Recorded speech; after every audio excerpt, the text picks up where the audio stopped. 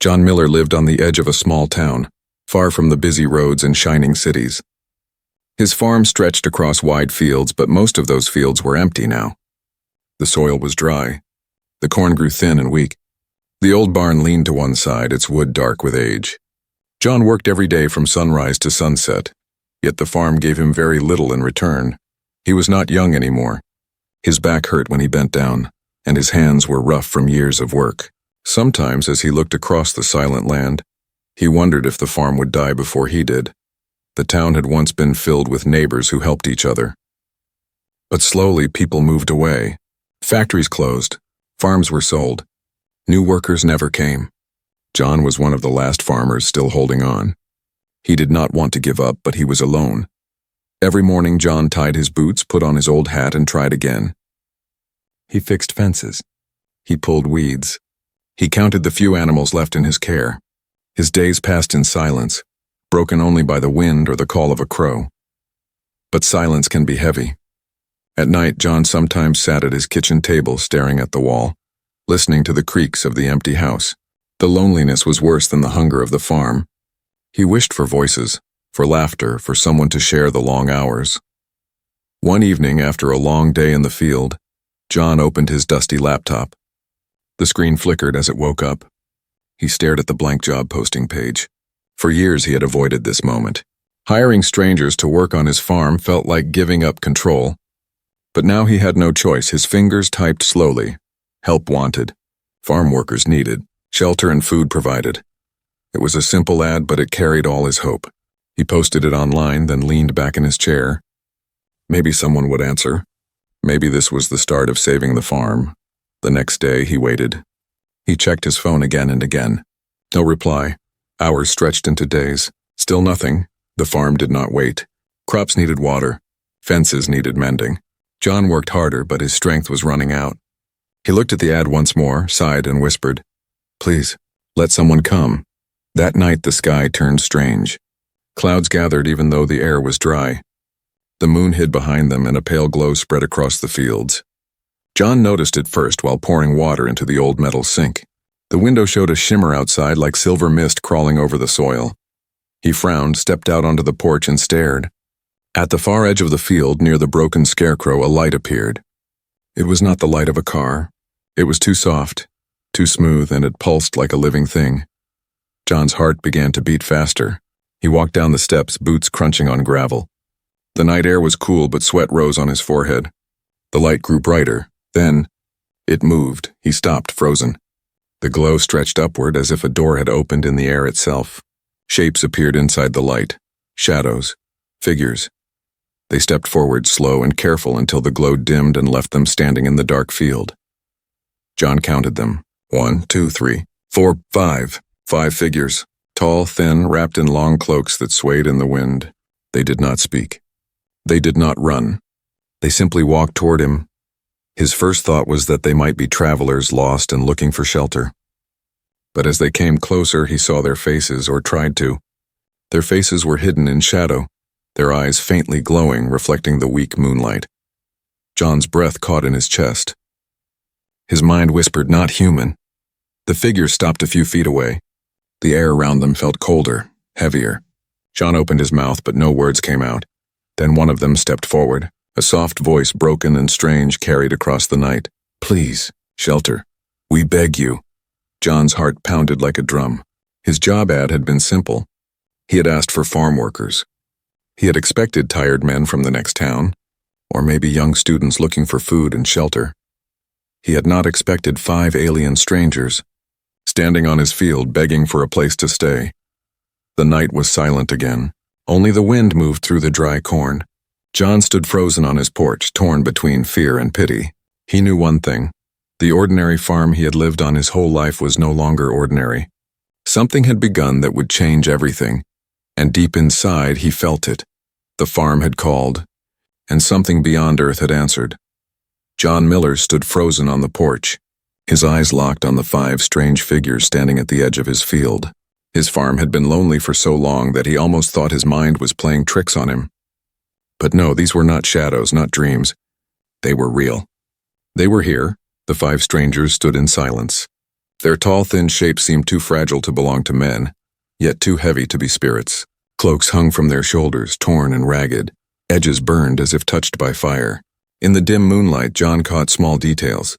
The curve of strange boots, the shimmer of cloth not made on earth, and faint glimmers around their hands like dust reflecting starlight.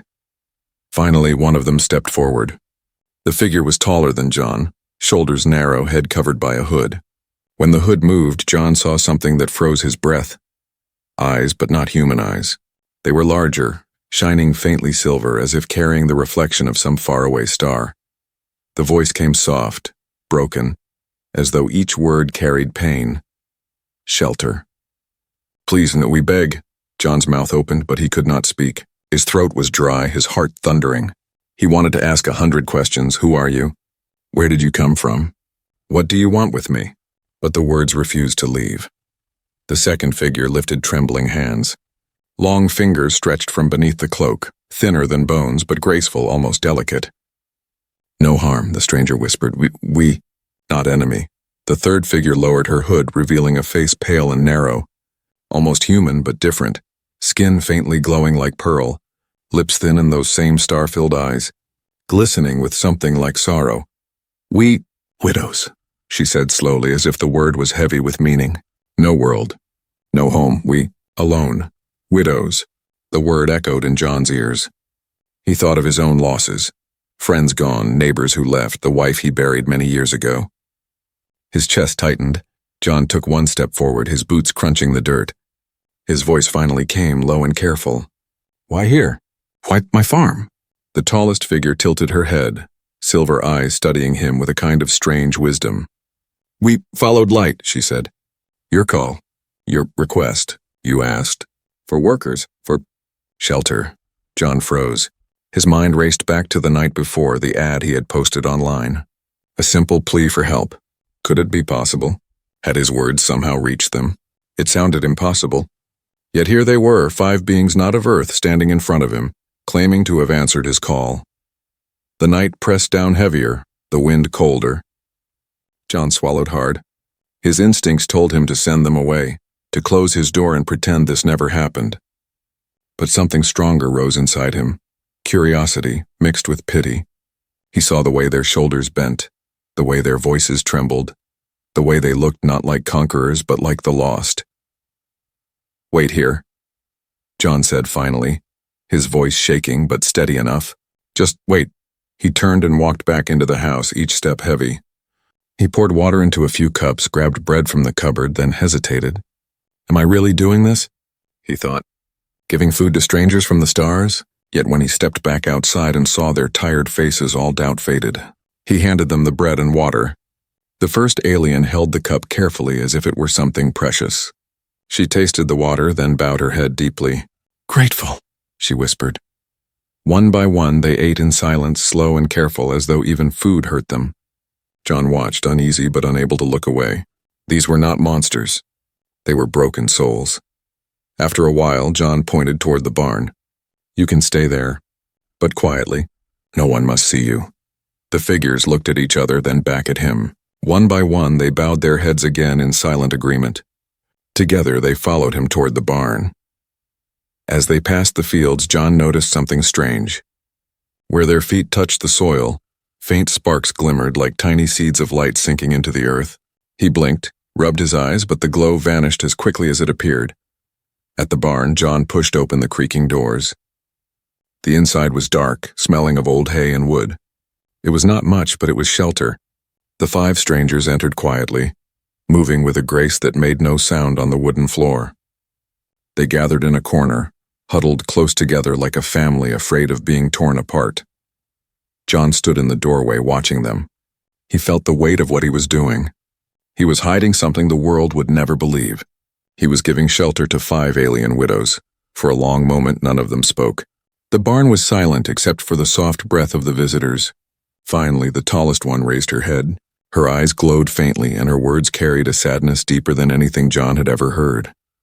We have lost everything, but if you let us stay, maybe we can still survive. John swallowed hard. He wanted to ask again where they had come from, what had destroyed their world, why they had chosen him. But he held back. Tonight was not for questions. Tonight was only for survival. He nodded once. Stay, but only for tonight, tomorrow. We talk. The widows bowed their heads once more. A faint light shimmered in their eyes, not just sorrow, but something else, hope. As John closed the barn door behind him, the night seemed darker, the wind sharper. He walked back toward the house, his mind racing. He had asked for workers. Instead, fate had delivered 5 alien widows into his care, and deep inside, John felt a shiver. This was no accident.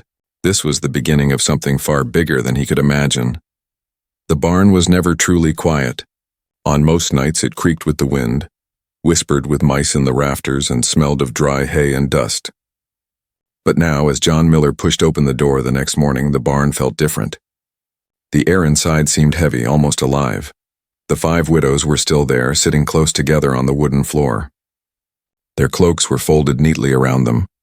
Their strange silver eyes blinked in the dim light that slipped through the cracks of the old wood. They were not asleep. They were waiting, watching. John carried a basket with bread, eggs, and milk. Breakfast, he muttered, his voice low. He set it down on a crate. The widows moved slowly, as if every action was heavy with memory. They ate in silence, their thin hands shaking as they lifted the food. After a long while, one of them, smaller with a softer voice, looked at John. Why, help us, she asked. John hesitated. He wasn't sure himself. He had been lonely, yes. He had wanted workers, yes. But giving shelter to aliens was not something he had ever imagined. He rubbed his chin, stared at the dusty floor, and said, Because you asked. Because you looked like you needed it. The widow bowed her head, a shadow of relief crossing her glowing eyes. Hours passed. John worked outside, fixing fences and checking the dry crops. Yet his thoughts always returned to the barn. Curiosity gnawed at him. Who were they, really? What had happened to their world? Why had they come here to his farm of all places? That night, when the sky turned dark and the stars came out, John returned to the barn. This time he carried only a lantern. Its glow lit the widows' faces, pale and otherworldly. They did not speak as he sat on an overturned bucket in front of them. Finally, he said, I need to know. Who are you? Where did you come from? The widows looked at each other. Then, the tallest one, who seemed to lead the others, reached into her cloak. Her long fingers drew out a small, round object. It looked like a stone at first, smooth and black, but when she pressed her palm against it, the stone came alive. A faint hum filled the barn. Blue light spilled across the floor, spreading outward like water. The light rose up into the air, forming shapes, stars, and lines. John gasped. It was a map of the sky filled with constellations he had never seen. The leader pointed to one glowing star, brighter than the rest. Her voice was soft but full of sorrow. Home. Then with a wave of her hand, the star darkened. Around it, streaks of fire tore across the projection. Whole worlds broke apart. John saw ships vast and menacing, raining destruction. The widows lowered their heads as if the memory was too heavy to bear. Another widow whispered, her voice trembling. War. Our mates. Killed. Our people. Gone. John felt his stomach tighten. He had seen war in books, in movies, in history lessons. But this was the death of a world. And these women, these 5 widows, were the last survivors. The projection shifted again. Now it showed Earth, glowing small and blue in the endless dark. A line connected their ruined home to his farm. The leader pointed once more. We followed signal. Your call, it reached us. Mistake. Or fate. John leaned back, his hands trembling. His simple ad, his desperate plea for workers had somehow traveled beyond Earth. And these 5 widows had heard it. They had crossed light years to find him. Silence filled the barn. The only sound was the faint hum of the glowing map. John wanted to ask more. How had they traveled? Who destroyed their world? Was danger still following them? But he stopped when he saw their faces. Their eyes were full of grief. They were not ready to tell everything. Finally, John said softly, You can stay here. But you must stay hidden. No one in this town can know. The widows bowed their heads in unison. The projection faded and the barn returned to its dusty darkness. That night, John lay in bed staring at the ceiling. He could not sleep. Every time he closed his eyes, he saw that map. A whole world gone, 5 survivors hiding in his barn. But something else troubled him. When the leader had shown the map, John thought he saw another shape in the light. A dark ship moving across the stars. It had looked sharp, cruel, and alive, and when she closed the map, he thought he heard her whisper one last word under her breath. Hunters. The word stayed in John's mind long after the lantern burned out. He rolled over in bed, heart heavy, staring into the dark. The widows had come to his farm, but they were not safe. Something was following them. Something powerful enough to destroy a world. And now, by giving them shelter, John wondered if he had invited that same danger into his life. Yet deep down, he could not turn them away. For the first time in years, his farm was not silent. He was not alone. And maybe, just maybe, that was worth the risk. Morning light touched the fields of John Miller's farm, but for the first time in years, the land did not look completely lifeless. Dew glistened on the weak crops, and the soil, though still dry, seemed to carry a faint shimmer as if hidden energy was waking beneath it. John noticed it while carrying a bucket of water. He stopped, crouched down, and touched the dirt. It was warmer than it should have been. His eyes moved toward the barn. The 5 widows were inside, silent, watching, waiting. He did not know how, but he felt certain they were connected to this strange change. When he entered the barn, the women rose to their feet. Their cloaks were cleaner now, their silver eyes brighter in the daylight. The leader, tall, calm, and grave, stepped forward. She held out her hands in a gesture of offering. "We help," she said slowly. John frowned. "Help with what?" The leader tilted her head toward the fields. "Soil, broken. We make strong," John hesitated. His farm had been dying for years. If they could truly heal the land, maybe he could keep his home. Maybe all was not lost, but part of him was afraid. What would it mean to let alien hands touch the earth that had been in his family for generations? Finally, he nodded. "Show me." The widows walked into the morning light. They moved with grace, almost like dancers, though their bodies carried the weight of grief. They knelt at the edge of a field and pressed their thin, glowing hands against the soil. For a long moment, nothing happened. Then John saw it. The dirt shifted, tiny green shoots rising where nothing had grown before. He gasped. The farm, which had been starving for years, was answering their touch. The smallest widow turned and smiled faintly. "Life, still here," she whispered. "We wake it." John stood stunned, his heart pounding. For the first time in years, hope filled him. "If you can do this," he said softly, "then maybe this farm can live again." From that day, a strange bond began to grow between John and the alien widows. They worked beside him in the fields, their cloaks trailing in the dirt, their hands glowing faintly as they touched the soil and plants. John plowed and carried water while they whispered words in their broken English, guiding the crops to grow stronger. The townspeople noticed the change. They saw John's farm begin to look healthier, greener. Neighbors asked questions, but John only smiled and said little. He knew if anyone discovered the truth, the widows would be taken away, or worse. In the evenings, John shared simple meals with them. At first, the widows ate quietly, their silver eyes full of sorrow. But slowly, laughter began to return, soft and delicate like the sound of wind chimes. One of them, gentle with a scar across her cheek, learned to hum old farm songs with him. Another, curious and bold, pointed at tools and asked questions, repeating English words again and again until she understood.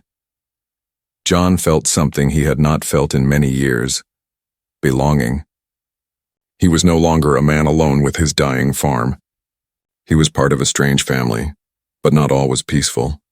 At night, John often heard them whisper in their alien language.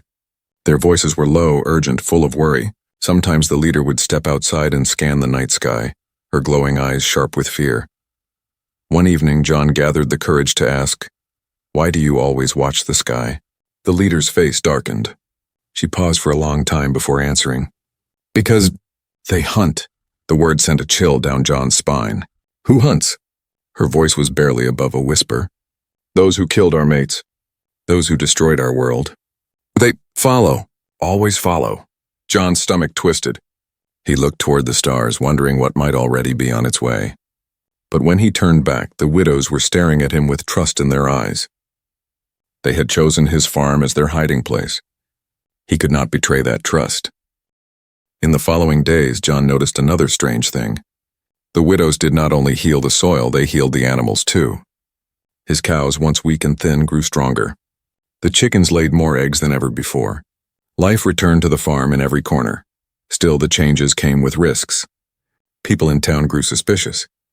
"Miller's farm looks too good," one neighbor muttered at the store. "What's his secret?" Others joked about witchcraft. John forced a laugh and shrugged, but inside he worried. If curiosity grew too strong, someone might come to see for themselves. One night, as John closed the barn doors, the leader placed a hand on his arm. Her eyes glowed softly. "You gave us shelter. We give you life, but danger comes soon." John swallowed hard. He wanted to ask when, how, or from where, but he already knew the answer. He had seen the way they whispered, the way they scanned the skies, the way fear lingered in their voices. The widows were not only refugees. They were survivors carrying secrets greater than he could imagine. By helping them, he had tied his fate to theirs. And deep inside, John wondered, when the hunters finally arrived, would his small farm be enough to keep them safe? The farm had begun to breathe again. Crops grew taller. Animals grew stronger. For the first time in years, John Miller felt proud when he looked across his fields. But peace, he soon discovered, never lasts. It began with the sound of engines. One morning, as John stacked hay near the barn, he heard a low rumble rolling across the land. At first he thought it was a tractor from a neighbor's farm, but the noise was heavier, sharper. When he looked up, he saw two black vehicles driving slowly along the dirt road, dust trailing behind them. They did not look like trucks from town. Their windows were dark, their tires thick, their bodies shining with a polish that did not belong to farm life. The vehicles stopped near the old fence and men stepped out. They wore dark suits, their faces stern, their eyes hidden behind glasses even though the sun was still rising. John froze. His heart thudded in his chest. Instinctively, his eyes flicked toward the barn. The widows were inside. He forced himself to stay calm, wiped the sweat from his brow and walked toward the men. "Morning," he said carefully. The taller man pulled out a badge that glinted in the light. He didn't say which agency he was from. He only asked, "You seen anything strange out here recently? Lights in the sky, maybe? Visitors?" John's stomach tightened. His mind raced back to the glowing figures who had arrived under the silver light. He forced a shrug. "Strange? Out here the strangest thing is a good harvest." The men didn't laugh. They walked around, scanning the fields as if searching for footprints no human could leave. One of them knelt and touched the soil, rubbing it between his fingers. "This land looks too rich for the season," he muttered. John's hands curled into fists. He wanted to tell them to leave, but he knew anger would only feed suspicion. Instead, he put on his best farmer's smile. Guess the soil finally remembered how to work. The men studied him, their faces unreadable.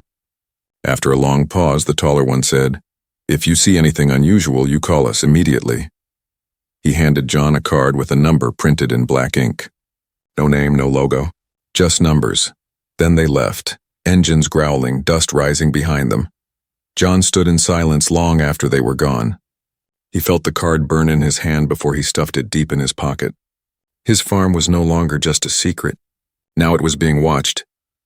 That night he went to the barn. The widows were waiting, their silver eyes glowing faintly in the dark. He told them about the men, about the questions, about the soil. The leader bowed her head. "They know," she whispered. "Who are they?" John asked. The widows exchanged glances. Finally, the one with the scar spoke. "Hunters come in many forms. Some not from stars, some from here," the leader added, her voice heavy. "We hide, but hiding never lasts. They always find." A chill ran through John. He realized then that danger was not only above in the night sky, it was already on Earth, walking, searching, hunting. Days passed. The men in black cars returned, driving slower, watching longer. At the same time, John noticed more rumors in town. People whispered in the store, in the church, at the gas station. "Something's odd on Miller's farm," one said. "His land's too green for this season," another replied. "Maybe he's got some government contract. Or worse, maybe he's hiding something." The weight of eyes pressed down on him. He worked harder, trying to appear normal, but inside fear clawed at him.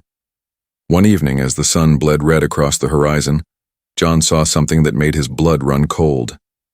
Up in the sky, just above the tree line, a faint shape hovered.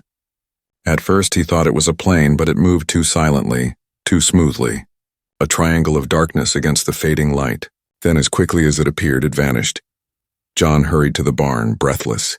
"They're here," he whispered. The widows rose at once, their faces sharp with fear. The leader took out the small glowing device again. She pressed it, and the air shimmered with blue light. John saw the map once more, stars shining across the barn walls. But this time a dark red mark pulsed, moving closer to Earth. The leader's voice was almost a hiss.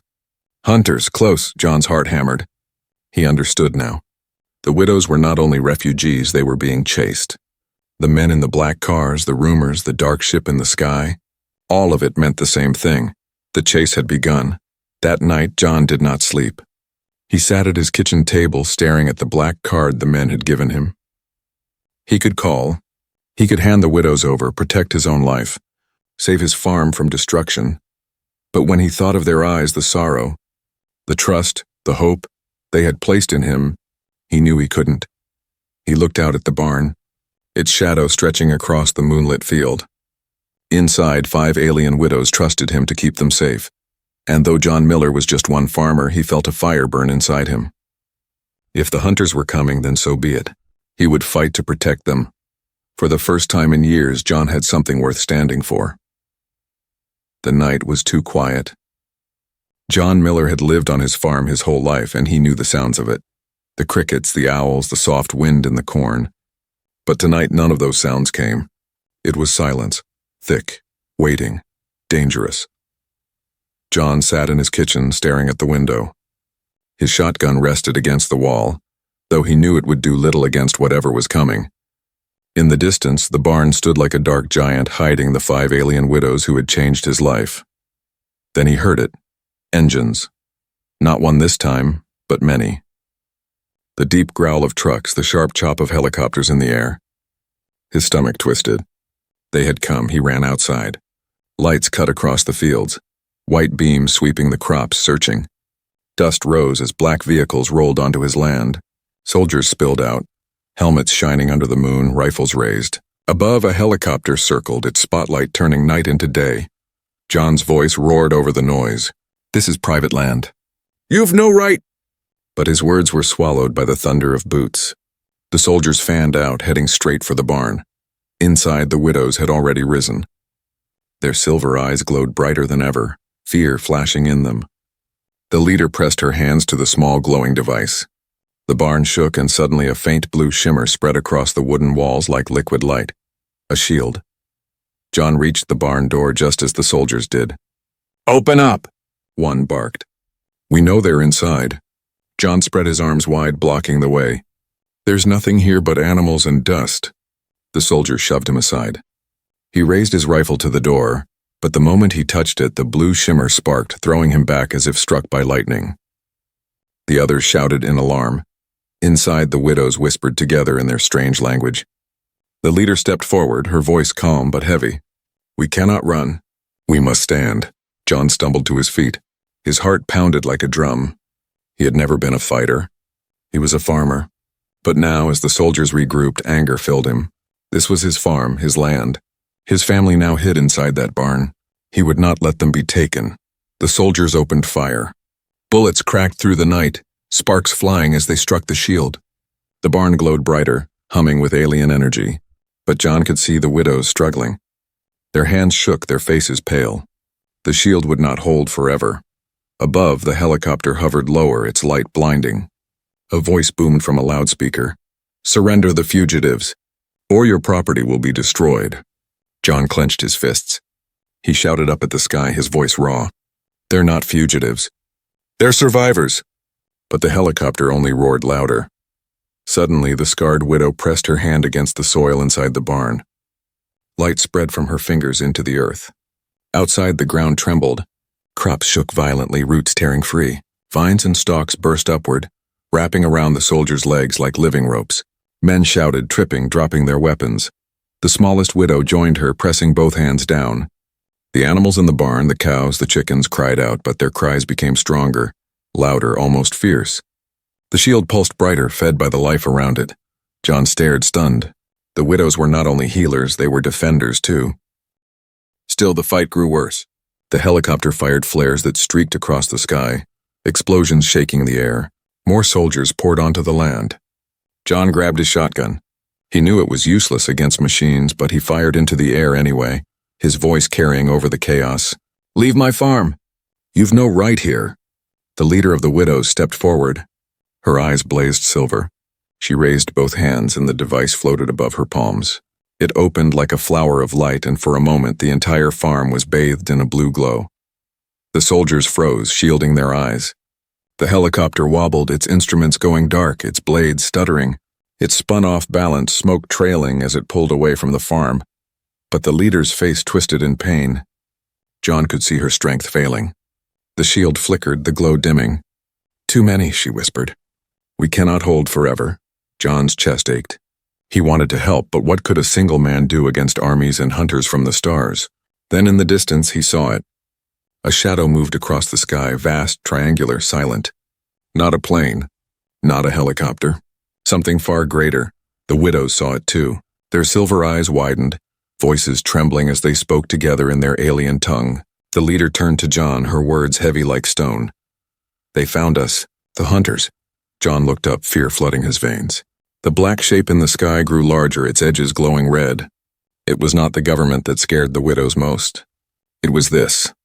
The barn shook again as the hunter's ship descended. Soldiers scattered, some retreating, some frozen in awe. The sky burned with unnatural light. John stood with the widows, his shotgun useless in his hands, but his resolve strong. He whispered, half to himself, half to them, "Then we fight together." And as the ship lowered, covering his farm in shadow, John knew the final battle was no longer about crops or survival. It was about something far greater, whether his farm would be the place these widows found safety, or the place where everything ended. The sky above John Miller's farm was no longer dark. It burned with a red glow cast by the enormous ship that hung over the fields. Its edges stretched wider than the barn, wider than the house, wider than anything John had ever seen. Silent and heavy, it covered the land like a storm cloud. The soldiers who had attacked earlier no longer looked brave. Some dropped their weapons, retreating into the night. Others froze, their faces pale in the strange red light. Even their machines, the trucks and radios, sputtered with static as the ship's shadow swallowed everything. John stood outside the barn, shotgun in hand, though he knew it was worthless now. Behind him, the 5 widows gathered, their silver eyes fixed on the sky. Fear and sorrow mixed in their faces. They knew this ship. The leader whispered the word John had already learned to fear: hunters. The ship's underbelly split open, revealing a glowing doorway. From it, dark shapes descended. They were not human. Tall, armored, their bodies sharp like blades, their faces hidden behind masks. Their steps shook the earth as they advanced toward the barn. John's throat went dry. For one moment he wanted to run, to leave the farm, to escape the shadow of these monsters. But then he looked at the widows. They were trembling, yes, but their eyes shone with trust. Trust in him. He gripped his shotgun tighter, even if it was just wood and metal against impossible power. "You're not taking them," he said under his breath. The hunters stopped a few feet away. One raised its mask, revealing a face twisted with scars, eyes burning with fire. Its voice was harsh, like iron scraping stone. "Surrender the widows. They belong to us." John stepped forward. His legs shook, but his voice came steady. "They don't belong to anyone. Not anymore." The hunters laughed, a sound that rattled the night. Weapons in their hands glowed red, pulsing with deadly energy. The leader of the widows placed a hand on John's shoulder, her touch light but strong. "You cannot fight them," she whispered. "But you can choose." John frowned. "Choose what?" The leader lifted the glowing device once more. This time it did not show a map of stars. Instead, it opened like a flower of light, revealing a seed inside, small, glowing, alive. "Our last hope," she said. "Seeds of our people, carried across stars. Without them, we end. With them, we begin again." John's breath caught. They were not just widows, they were queens, guardians of the last life from their destroyed world. And they had come to him not by accident but by fate. The hunters raised their weapons, preparing to strike. The barn trembled. The widows pressed closer together, shielding the glowing seed. John's mind raced.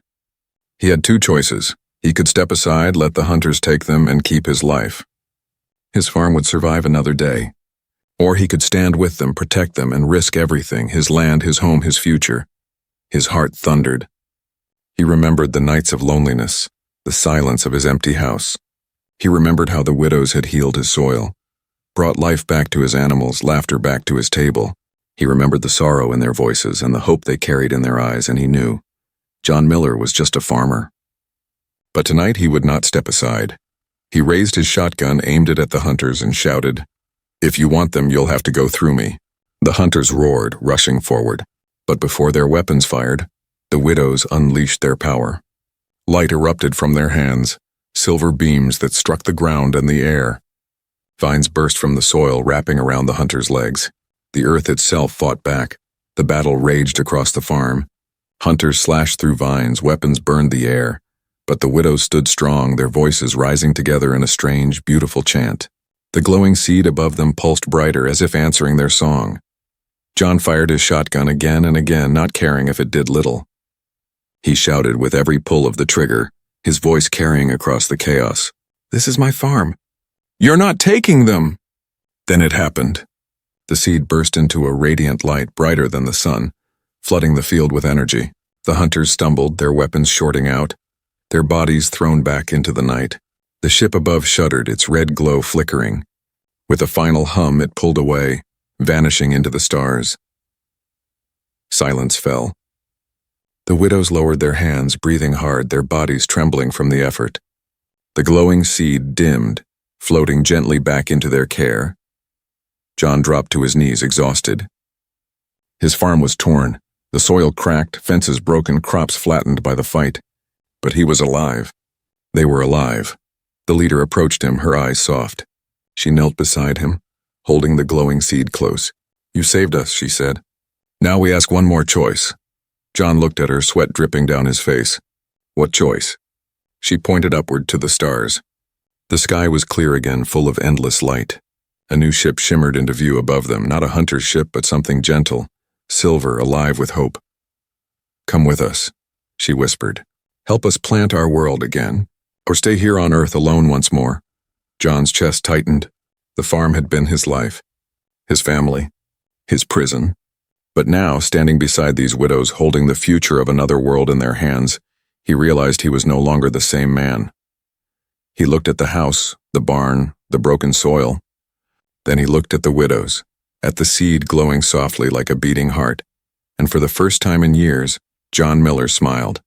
He stood, dusted himself off, and said, "If you're starting over, then maybe I should too." The widows bowed their heads in gratitude. Together they walked toward the rising ship. Its doors opened with a soft glow, welcoming them inside. As the ship lifted into the sky, carrying John and the last queens of a lost world, the farm below grew silent once more. But deep in the soil where the widows had touched, faint green shoots began to rise again. Proof that life once planted never truly dies.